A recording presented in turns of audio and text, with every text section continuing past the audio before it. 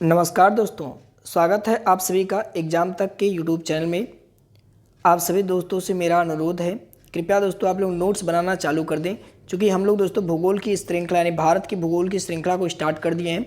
और जब तक अब ये भारत का भूगोल हम लोग का ख़त्म नहीं हो जाएगा तब तक हम लोग दोस्तों इस श्रृंखला को कंटिन्यू रखेंगे। अतः आप सभी से मेरा रिक्वेस्ट है दोस्तों कि आप लोग नोट्स प्रिपेयर करना चालू कर दीजिए। अगर आप नोट्स बनाएंगे तो उसे रिवीजन करने में आसानी होगी दोस्तों। और मेरा पूरा आपसे दोस्तों गारंटी है कि इसके बाद से दोस्तों आपके भूगोल में एक भी प्रश्न नहीं छूटेंगे।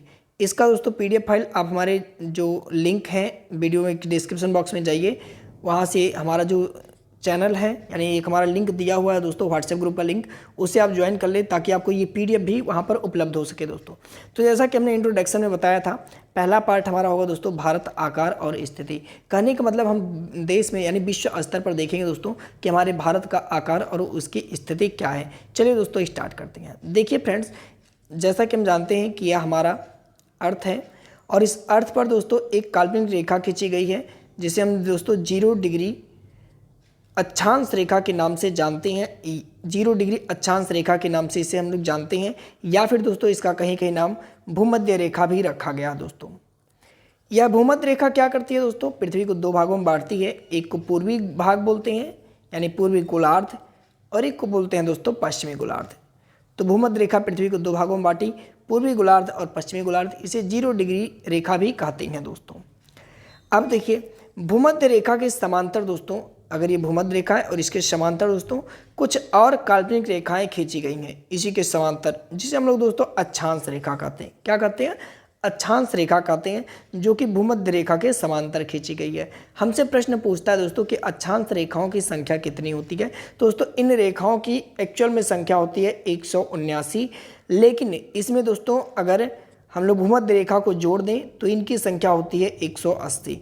तो अगर प्रश्न आपसे पूछ रहा है कि अक्षांश रेखाओं की संख्या कितनी हो रही है, 179 और 180 दोनों ऑप्शन में है, तो आप 179 पर करेक्ट आंसर करेंगे। लेकिन अगर यही प्रश्न इस तरह से पूछ ले कि भूमध्य रेखा सहित अक्षांश रेखाओं की संख्या कितनी है, तो फ्रेंड्स आप बताएंगे 180। दूसरा प्रश्न अक्षांश हमसे ये पूछता है दोस्तों कि 2 अक्षांश रेखाओं के बीच की दूरी कितनी होती है। अर्थात दोस्तों जो यह यहाँ पर देखिए, यहाँ से लेकर के 90 है ऊपर हो गया और यहीं से लेकर के 90 नीचे हो गया दोस्तों। 0 डिग्री से 90 ऊपर और 0 डिग्री से 90 नीचे। यह पूछ रहा है दोस्तों कि 2 अक्षांश रेखाओं के बीच की दूरी कितनी होती है। तो आपका जवाब होगा दोस्तों 111 किलोमीटर। ये सारी बातें आपको दोस्तों पता होगा। अक्षांश रेखाओं का प्रयोग किस लिए किया जाता है दोस्तों, तो दूरी मापने के लिए। जैसे मैं एग्जाम्पल स्वरूप आपको बता रहा हूँ, देखिएगा। मान लीजिए दोस्तों ये आपका है इंडिया, ठीक है, एक पूरा मैप बना रहा हूँ फ्रेंड्स, ये आपका मान लीजिए इंडिया है। तो अक्षांश रेखाएं, अब चूंकि ये है आपका विश्व, ठीक है, ग्लोब मान लीजिए, ठीक है। तो अक्षांश रेखाएं आप जानते हैं कि मुख्य अक्ष के समांतर चल रही होंगी, मतलब इस तरह से होंगी। देखिए ये है आपकी अक्षांश रेखाएं। तो ये दोस्तों हमें जो अक्षांश रेखाएं ये हमें दूरी बताएगी कि इस बिंदु से इस बिंदु तक की दूरी कितनी है। बात समझ रहे हैं ना। तो अक्षांश रेखाओं का प्रयोग हम करते हैं दूरी मापने के लिए। अगर प्रश्न आपसे पूछे तो बताना कि अक्षांश रेखाओं का प्रयोग किसके लिए होता है दोस्तों, तो दूरी निर्धारण करने के लिए इसका प्रयोग होता है। दूसरी रेखा क्या होती है फ्रेंड्स, दूसरी रेखा होती है देशांतर रेखा। अब इंट्रो वीडियो है इसीलिए थोड़ा सा बोरिंग लग सकता है दोस्तों, इंट्रो वीडियो है, ठीक है। देखिए यह रेखा दोस्तों क्या करता है, यह रेखा एक जगह है दोस्तों लंदन में, जिसका नाम है, लंदन में एक जगह है, देखिए यह फ्रेंड्स लंदन में एक जगह है ग्रीनविच। लंदन में एक जगह है दोस्तों ग्रीनविच, और ग्रीनविच से दोस्तों यह रेखा गुजरती है, एक रेखा गुजरती है जो पृथ्वी को 2 भागों में बांटती है। अब की बार इसका नाम बदल रहा है फ्रेंड्स, और इसका नाम पड़ गया पूर्वी गोलार्ध और इसका नाम पड़ गया दोस्तों पश्चिमी गोलार्ध। इसी चीज़ को बहुत ध्यान से समझना है दोस्तों।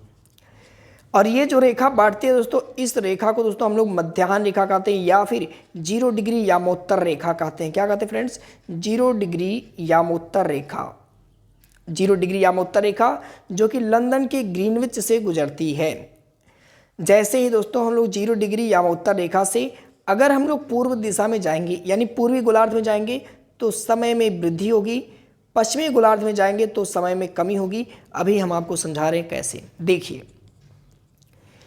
जैसा कि आप जानते हैं दोस्तों, जो आपका जो अर्थ है वह 360 डिग्री घूमने में 360 डिग्री घूमने में कितने घंटे का समय लगाता है, तो 24 घंटे का समय लगाता है। ठीक है, तो कहेंगे सर 1 डिग्री घूमने में कितने देर का समय लगाएगा, तो यानी 24 घंटे और बटे में कर देंगे 360, लेकिन इसको क्या करेंगे मिनट में कन्वर्ट कर देंगे तो 24 गुने 60 मिनट हो जाएगा। बात समझ रहे हैं कि नहीं समझ रहे हैं?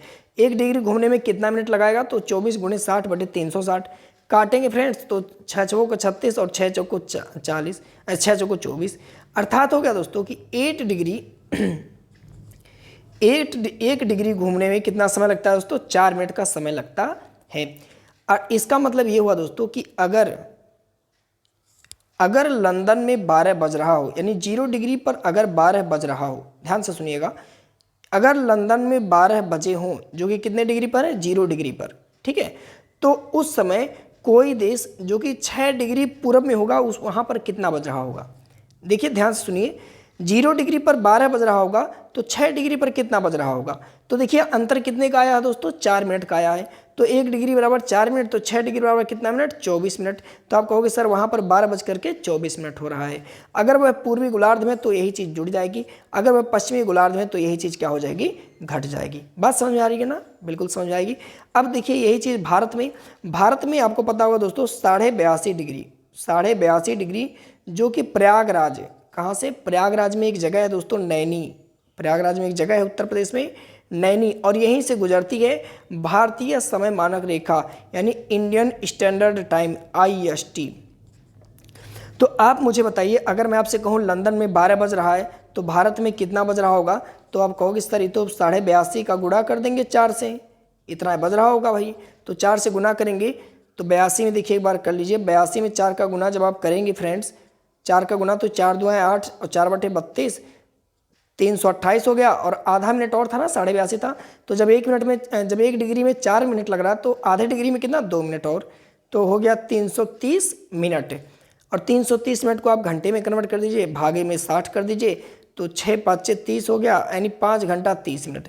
तो दोस्तों देखिए किस तरह से ग्रीनविच से यानी 0 डिग्री रेखा से भारत तक में कुल अंतर कितने का आ रहा है, 5.5 घंटे का अंतर आ रहा है। ये भी क्वेश्चन एग्जामिनर बार बार पूछता रहता है आपसे, आपको ध्यान देना है फ्रेंड्स कि जो विश्व की समय रेखा यानी जो यम्बोत्तर रेखा है और भारतीय समय रेखा के बीच में कुल कितने घंटे का अंतर है, तो आपने देखा किस तरह से 5.5 घंटे का अंतर है। अगर नहीं समझ में आया होगा तो प्लीज़ कमेंट में बताइएगा, ताकि जैसे ही कल वीडियो फिर से स्टार्ट करूँ तो आपको समझा पाऊँ मैं। ठीक है, नेक्स्ट आइए देखिए दोस्तों, अब देखिए भारत की स्थिति बहुत ही इंपॉर्टेंट है, इस चीज़ को समझना है दोस्तों। देखिए जैसा कि हमने आपसे बताया दोस्तों कि पृथ्वी पर 2 रेखाएं होती हैं, एक तो इस तरह से बनी हुई रेखा जो कि समांतर होती है, इसको हम लोग दोस्तों भूमध्य रेखा बोलते हैं, ठीक है, या आप अक्षांश रेखा, इन जो रेखाएं हैं काल्पनिक इन्हें आप अक्षांश रेखा कहोगे, जो भूमध्य रेखा के समांतर खींची जाएंगी वो सारी रेखाएं, और इनकी संख्या 179 होती है। देखिए फ्रेंड्स ध्यान से समझिए इस चीज़ को।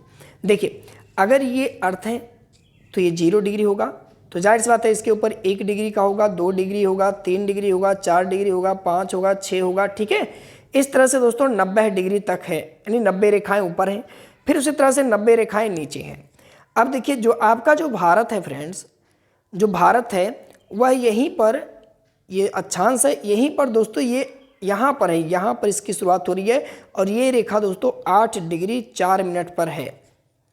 यह रेखा दोस्तों 8 डिग्री 4 मिनट पर है। अब आप समझ रहे होंगे भारत का जो सबसे दक्षिणतम बिंदु है, ये वाला बिंदु दोस्तों भारत का सबसे दक्षिणतम बिंदु है दोस्तों, जिसे आप कन्याकुमारी के नाम से जानते हो, कन्याकुमारी, और ये कहाँ पर है, तमिलनाडु में है दोस्तों, ठीक है। यह भारत का सबसे दक्षिणतम बिंदु है जो कि कितने डिग्री पर है, 8 डिग्री 4 मिनट नॉर्थ यानी उत्तर में। 8 डिग्री 4 मिनट नॉर्थ कहने का मतलब कि इसके नीचे 0 डिग्री है, ऊपर में दोस्तों अब ये नॉर्थ हो गया, नॉर्थ साउथ हमने देखिए बांटा था ना, उत्तरी गोलार्ध और दक्षिणी गोलार्ध, तो उत्तरी गोलार्ध में 8 डिग्री 4 मिनट से दोस्तों, यानी यहाँ पर 8 डिग्री 4 मिनट हो जा रहा है। एक प्रश्न बना था दोस्तों भारत की स्थिति है, तो बताएंगे भूमध्य रेखा से उत्तर में, भूमध्य रेखा से उत्तर में, ऐसे ही देख लीजिए, तो 8 डिग्री 4 अंश है। अब इसका सर देखिए ऊपर तक कहाँ तक गया है, तो ऊपर तक दोस्तों 37 डिग्री 6 अंश तक गया है, 37 डिग्री 6 अंश तक गया है ऊपर तक। इसके बाद 38 होगा, 39 होगा, 40 होगा, बिल्कुल 90 तक है फ्रेंड्स, ठीक है। लेकिन 37 डिग्री 6 अंश तक ही आपके भारत का ये पूरा का पूरा स्थिति है। अब इनके बीच की दूरी सबसे ऊपर कौन सा बिंदु पड़ता है फ्रेंड्स? तो इसको आप लोग जानते हैं इंदिरा कॉल। क्या बोलते हो फ्रेंड्स? इंदिरा कॉल बोलते हो, ठीक है। और इंदिरा कॉल कहाँ पे है फ्रेंड्स? तो आप जानते होंगे ये जम्मू कश्मीर में है। सबसे उत्तरतम बिंदु अगर आपसे पूछता है तो आप बताएंगे इंदिरा कॉल, जो कि कहाँ है? जम्मू कश्मीर में। सबसे दक्षिणतम बिंदु दोस्तों तो आप बताएंगे ये कन्याकुमारी। और कन्याकुमारी कहाँ पर फ्रेंड्स? तो तमिलनाडु में। इनके बीच की दूरी यानी सबसे उत्तरतम बिंदु और सबसे दक्षिणतम बिंदु या इंदिरा कॉल व कन्याकुमारी के बीच की दूरी दोस्तों 3214 किलोमीटर होता है। कितना होता है फ्रेंड्स? 3214 किलोमीटर होता है। कहाँ से लेकर के? तो जम्मू कश्मीर से लेकर के यहाँ तमिलनाडु के अंतिम बिंदु तक दोस्तों। जम्मू कश्मीर नहीं कह सकते, इंदिरा कॉल से लेकर के कन्याकुमारी तक की बीच की दूरी कितनी है फ्रेंड्स? 3214 किलोमीटर। उम्मीद करते हैं समझ में आ गया होगा। अब देखिए देशांतर में आपने देखा था फ्रेंड्स कैसे आपका ये जो ग्लोब था और इस तरह से रेखाएं बनी हुई थी, ठीक है। तो यहीं पर दोस्तों एक रेखा इस तरह से गुजरती है, ये इस तरह से, और एक रेखा दोस्तों भारत के और भी भागों से गुजरती है, और एक रेखा भारत के ऐसे अंतिम वाले भाग से गुजरती है, ये अंतिम वाले भाग से, ठीक है। और यह रेखा है दोस्तों, यही जो रेखा है आपकी ये गुजर रही है भारत की। और इस रेखा को दोस्तों आप लोग जानते हैं एक अच्छे से प्यारे से नाम से, जिसे आप लोग देशांतर रेखा कहते हो। अब आपसे अगर प्रश्न बनता है कि भारत की देशांतरीय स्थिति हमको बता दो, तो आप भारत की देशांतरीय स्थिति उसको बताओगे कि 68 डिग्री 7 मिनट पूरब से लेकर के, यानी 68 डिग्री 7 मिनट से लेकर के 97 डिग्री 25 अंश तक है। अगर मैं आपसे एक प्रश्न पूछूं दोस्तों कि जरा सा हमें बताओ, अगर आप मान लीजिए मैं कह रहा हूं कि गुजरात 68 डिग्री पर है, मान लीजिए मैं कह रहा हूं कि गुजरात कितने पर है? 68 डिग्री पर है, ठीक। गुजरात आपका कहाँ से है? 68 डिग्री पर है। और आपका अरुणाचल प्रदेश यानी ये है 97 है, 98 मान लीजिए, ठीक है। अरुणाचल प्रदेश 98 पर है। तो मुझे जरा बताओ अगर गुजरात में 10 बज रहा है तो अरुणाचल प्रदेश में कितना बज रहा होगा? क्वेश्चन ध्यान से सुन लीजिए ताकि मैं इसे मिटाऊं। देखिए क्वेश्चन है कि अगर गुजरात आपकी 68 डिग्री पर है, राजस्थान आपकी अरुणाचल प्रदेश आपके 98 डिग्री पर है, गुजरात में 10 बज रहा है तो राजस्थान में कितना बज रहा होगा? तो अंतर निकालेंगे सबसे पहले। देखिए कितने डिग्री का अंतर आ रहा है, तो कहेंगे सर अंतर जब निकालेंगे इसका तो 30 डिग्री का अंतर आएगा। और 1 डिग्री में कितना मिनट होता है? 4 मिनट होता है सर। तो 30 डिग्री में कितना मिनट हो जाएगा सर? तो 3 चौके 30 गुणे 4 सर 120 मिनट का अंतर हो जाएगा। 120 मिनट कहने का मतलब कितना हो गया फ्रेंड्स? 2 घंटे। तो आप बताओगे सर गुजरात और अरुणाचल प्रदेश के बीच में कितने घंटे का फर्क है? 2 घंटे का फर्क आता है। भैया एग्जामिनर ने कूट के प्रश्न पूछ लिया, जरा सा बता दो बच्चे लोग कि गुजरात और अरुणाचल प्रदेश यानी सुदूर पश्चिम और सुदूर पूर्व के बीच कितने देर के समय में अंतर आता है? तो बच्चे लोग कंफ्यूज जाते हैं, लेकिन आप नहीं होना, आप बताना 2 घंटे का सर। समझ में तो आ गया होगा बच्चे? समझ में आ गया होगा तो दबा के शेयर करना, दबा के लाइक करना, मेरे लिए दोस्तों लाइक जरूर करना। तो भाई ये समझ में आ गया? आ गया। अब इनके बीच की किलोमीटरी दूरी देख लो भैया 2935 किलोमीटर। तो दोनों डेटा को आपको रखना पड़ेगा याद दोस्तों, ठीक है। उम्मीद करते हैं ये सारी चीज़ें आपको यहाँ पर समझ में आ गया होगा। एक और इम्पोर्टेंट क्वेश्चन फ्रेंड्स यहाँ पे बनता है, देखिए कि एक कर्क रेखा नाम की एक दुनिया होती है जो भारत के गुजरात सबसे पहले, फिर राजस्थान में थोड़ा सा पड़ता है, मध्य प्रदेश, छत्तीसगढ़, झारखंड, पश्चिम बंगाल, त्रिपुरा इसके साथ पड़ता है। तो 1 2 3 4 5 6 7 8 त्रिपुरा और मिजोरम के साथ पड़ता है, ठीक है। पश्चिम बंगाल देखिए 7 के साथ, ठीक है, क्योंकि पश्चिम बंगाल एक ही है, ठीक है। अब देखिए दोस्तों, अब हम बात करेंगे भारत की सीमा की लंबाई। तो दोस्तों देखिए यहाँ मैप में थोड़ा सा समझिए इस चीज़ को। भारत की जो सीमा रेखा है वो 2 जगहों से लगी हुई है। अगर मैं इसे नीले से बनाऊं तो आप देखेंगे यहाँ से लेकर के ये वाली सीमा दोस्तों, ये वाली सीमा जरा सा यहाँ तक आप ध्यान दीजिए, ये वाली, और एक सीमा ऊपर बन रही है फ्रेंड्स। देखिए मैं इसे कलर करके बना रहा हूँ आपके लिए, वीडियो को लाइक जाए किए बिना जाना नहीं, ठीक है। फिर बना देखिए 2 सीमा आपके सामने मैंने दिखाया फ्रेंड्स, एक तो ये और एक तो ये दोस्तों। ये सीमा जो लगी हुई है, ये सीमा जो लगी हुई है दोस्तों, यह तट के साथ लगी हुई है। तट कहने का मतलब दोस्तों पानी के साथ। देखिए पानी, तट जानते हैं ना, नदी का तट होता है, वैसे समुद्र के साथ लगा हुआ है। ये सीमा दोस्तों ये मुख्य भूमि के साथ लगा हुआ है, मुख्य भूमि के साथ लगा हुआ है। अब देखिए जो ये सीमा दोस्तों मुख्य भूमि का ये है दोस्तों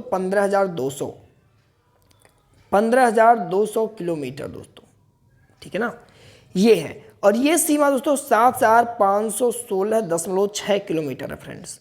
उम्मीद करते समझ रहे होंगे दोनों सीमा। तो सबसे पहले दोस्तों अब हम बात करेंगे इसकी जो मुख्य भूमि है, यानी जो इसका स्थलीय सीमा है दोस्तों, इसकी चर्चा हम लोग करेंगे दोस्तों नेक्स्ट वाले क्लास में।